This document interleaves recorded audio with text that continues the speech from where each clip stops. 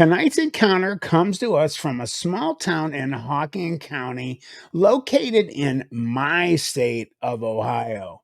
My guest tonight has multiple real first-hand sightings of not only Bigfoot, Dogman, but also other cryptids.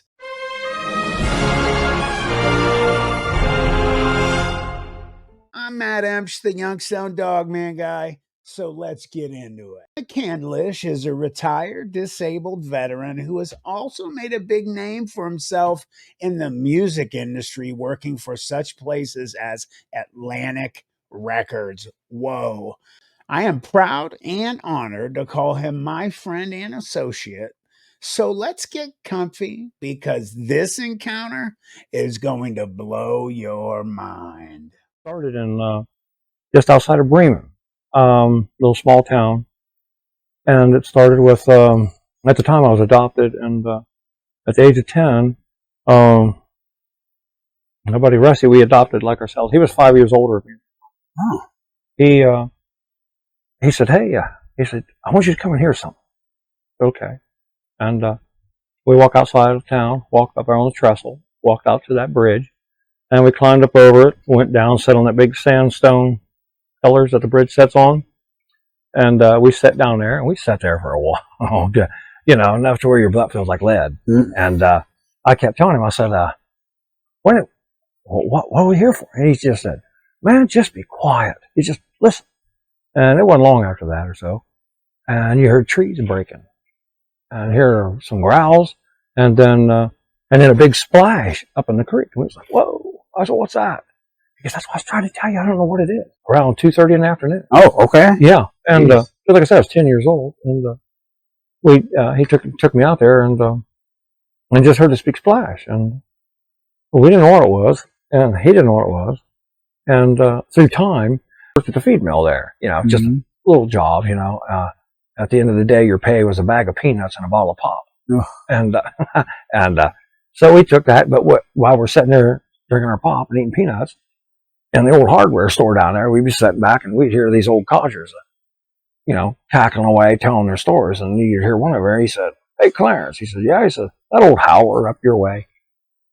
And me and my brother Rusty sat there and thought, "Howler? That's some kind of mad dog or something." Well, at the time, we didn't know what it was. And we thought soon it was a, you know, rabid dog, you know. And but years later, we come to find out, or I found out, on a live investigation, I really wasn't, per se, going to the main, other main investigation. I went to this first investigation, because this old man came out. It was in Mockleshale, Ohio. And next thing you know, he came out, he said, "What do you think it is?" He's a wiry old feller. He's like in his 80s. And I said, "Well, he's going to spend." I said, "Yeah, you had a Bigfoot that went through here, but he's not staying." I said, "You don't have no farm animals or anything." And he said, "Are you sure?" And I go, "Well, yeah, he probably just went down, spent the night in your old barn down there or something. Just moved on because you ain't got nothing here." And then about that time, his old friend pulls in the driveway, and he said, "Hey, why don't you tell him your story?" And when he told me, that's a gentleman that's also on the other end of Mockleshale. He said, "Yeah," he said, "I got some kind of critter coming back off my property." And I said, "Really?" And he said, "Yeah." I said, "You don't mind if I go check it out?" And he said, "No." He said, "You're more welcome." He said, "I don't go up there. Nobody goes up there." And I said, "Okay." And at the time, this is like at the end of January. And right at the end of January, going into February, I went out there. I mean, I could clearly see signs, something big, right off of this mountaintop, just down from the mountaintop. There's a 8-foot ledger path that goes around that mountain all the way around. It goes down the bottom of this hill, clear down there to that old farmhouse. And I thought, man, something big. I said, "Man, here's my chance. I'm going to give me a really, really good video of a Bigfoot coming through there." How old were you again at this point? Oh, at this point, because we had gone from your first experience was 10 years old with your buddy to now this. So where were you? Well, a lot of things happened between that time because it's really too much. You know, we would be here for hours. We'd be here for days. Okay. Well, basically, but it all stems, from, I'll go in a time machine, me and Rusty was going on, and then next thing you know, before Rusty got to see one, he died. Oh, man. I'm sorry.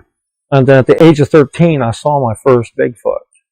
And when you see something like this, your heart just, and you're stunned. Yeah, look at the size of that critter, and you're looking at folklore and legends standing right in front of you, 40 feet away, 45 feet away, and big. I know that one that I was looking at, I know he was 13 foot or so. I know he was big, massive, because he just stood out from this tree when I was down in the pit, and I looked up across one falls, looking across to the other side of the falls, and there he was standing. Oh. He had his back to me, but he was facing the other direction.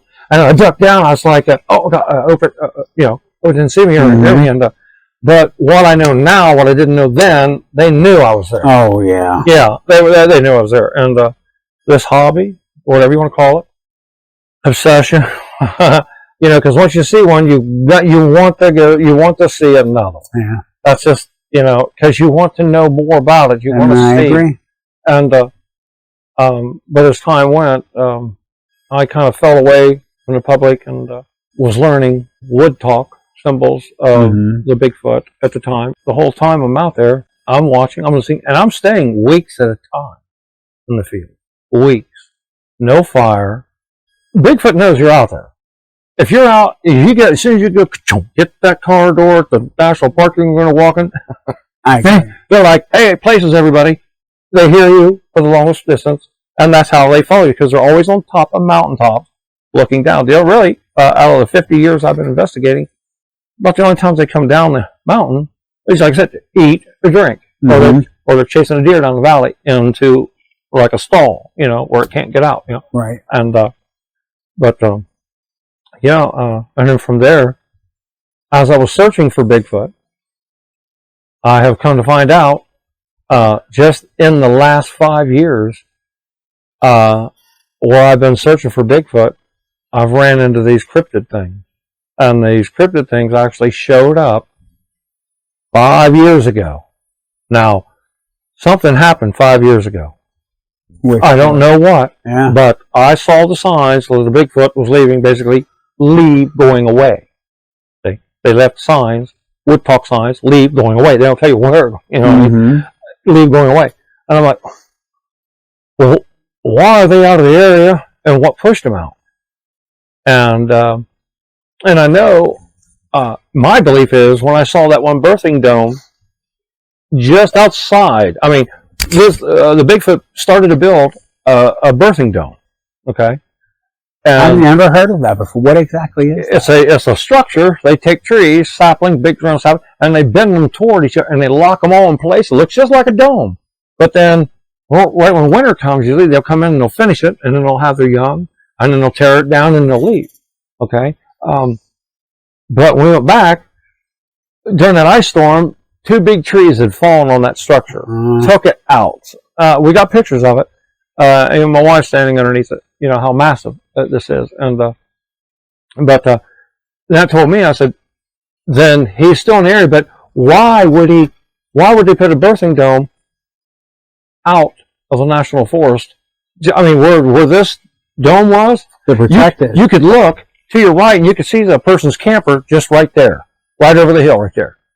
That's how close that they were. And I'm like, then that tells me that something is pushing them, pushing it out of the forest, out of the national forest. I agree. Staying out of the way of something. And then, which is scary. And then, like I said, 5 years ago, that's what told me.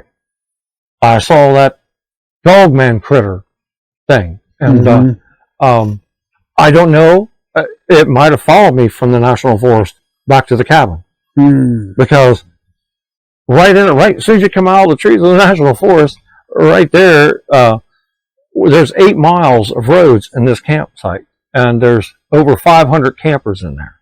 Oh, wow. Yeah. Jeez, that place is huge. Yeah, and I'm right smack dab in the middle in a cabin up on a hill, and it's like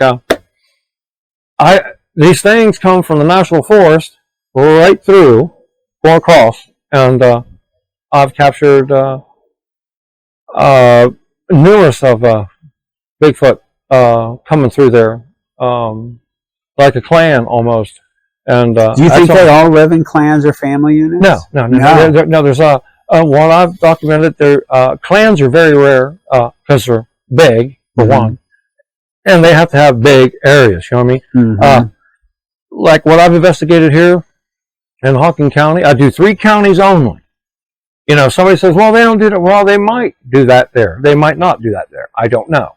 But Hocking, Fairfield, and Perry counties are the only 3 counties that I've investigated and went on Bigfoot investigations in 50 years. But in that 50 years, I've ran across this Dogman critter. He showed up at our cabin and picking at the windows at first. And then that's what told me it was intelligent, whatever it was, because it was picking at the window. And then when I did see it, I can't really explain it. I was just like, you know, I froze. You know, when I was looking out the curtain, because I heard something, and when I went to the cabin, we got 3 big bay windows that faced the dirt road in front of us, and I went to that one, and I put it aside because I knew I heard something, and you could see the snow, the wind blowing out there, and right out in the moonlight, you could see it. It came right up out of the forest, and this thing stood right across the road, right in front of our driveway, across the dirt road, stood, but it wasn't looking at me. This thing came out and was looking up the road at something. Oh, really? Yeah, did he look at you one time? Well, at the time, the electric's off. This happens a lot. How far was it from you during that time? Well, from the inside the cabin to the other side of the road, you're looking at 50 feet. Not much. No, not much at all. And I could see it, you know. And I'm like, what in the hell is that thing? Because when I stood out, I said, man, I was like, I couldn't even get the words out. Could you give its description, its attributes, the color? Yeah, it was black and like silverish gray type, or like a white or so. And it wasn't heavily furry or anything. His head had fur on it, you know. I mean, you can see but his head was big, and his ears were, I mean, big tall ears on him, and but it was facing that direction.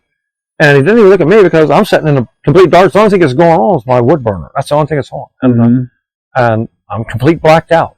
I mean, out there you can pretty near see your hand. You can't see your hand in front of your face. It's so dark. Right. And but this nice bright moonlight with the snow was just blowing the wind, and this thing came out.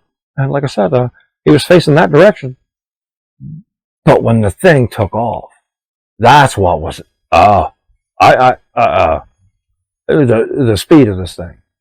From a standstill. And then what I knew later, what I got to see, I saw one jump from a standstill. I was high up on the canopy and the trees, looking down at this valley, and then just there was a clearing, a little small clearing over there, and I saw something come out. And when it turned, I saw the long tail, not real long, but I saw a bushy tail, and this thing was standing down there, and I saw it leap. And I went down there because I said, okay, leap from here, and he landed over there. So after a long while, I went down there, and I counted off of my feet. I wear size 13, but where I counted, where I seen him land, and I seen the tree where he landed in front of, that was 35 feet. So from a still, this thing leaped 35 feet, just from a standstill, like, but to see this thing run, it's like incredible. It could catch a cheetah. It really it's just like that. Oh yeah. Just a total killing machine. It looks like he just wants to kill just to kill. I don't know. When you see it, it's your heart's just beating so fast. You're like, and your mind's going to be in a second. What in the hell is it? What's that doing here? And why ain't somebody on this thing? And I've seen like 3 different types of these critters. One with a short muzzle, one with a long muzzle, one with a long, wide muzzle. And I've got pictures of them. And like the newest one that I put out on the video, that May 19th was the last one that I saw down in the pit. I heard something behind me 2 or 3 times, you know. I kept looking back, and then I thought, well, this time I'll just reach down, grab my tablet, turn it on, I put it up on my chest, and I stood up, and I turned around. I didn't even look at either what's on the left or right of me. I just stood up and stopped and went snap, took a picture because I knew the sound was in front of me. But when I went like this, before I went to put the tablet down, I looked to the left and I went, he's standing right over there looking right at me. Less than 35 feet away across this little creek. Which is very unnerving, too. Yeah, I was like, oh man, what do I do? I just kept on turning around. I dropped the tablet and I knelt down like I was looking at tracks and stuff. I put my hand on my Bowie knife and just wait. It was like, oh, here it comes. And the thought that really went through my head was about every time when I run into situations almost like that, it's like, well, my wife's going to be pissed because I got what I deserved. I ended up on the milk carton, and because there's nothing going to be anything left. From what I hear of the attacks, there's nothing left of, or if there is, well, where this critter jumped, tore them all to pieces, didn't eat them, and took off. So it's just it kills because it can. But when you see the hands on this thing, they're like the size of tennis rackets. And they're, wouldn't say like a coon's hands almost, but you can almost, it's like you can see the muscle in his hands. You know what I mean? It's like the big pads, you can see, and the claws. They ain't real long, it's about that long, about an inch and a half long maybe. But you can see him standing in his arms. If he was like, I've never seen one stand all the way straight up, but his arms hung down below his knees, just standing there, you know, and he was just like, you could see his thin waist and a big chest on him, like a armor plate, like a chest, you know, the big chest on him. It was thin waist, you know, and I've seen one with no tail. I've seen one with a tail. And I'm like, again, I'm like, well, where is these things coming from?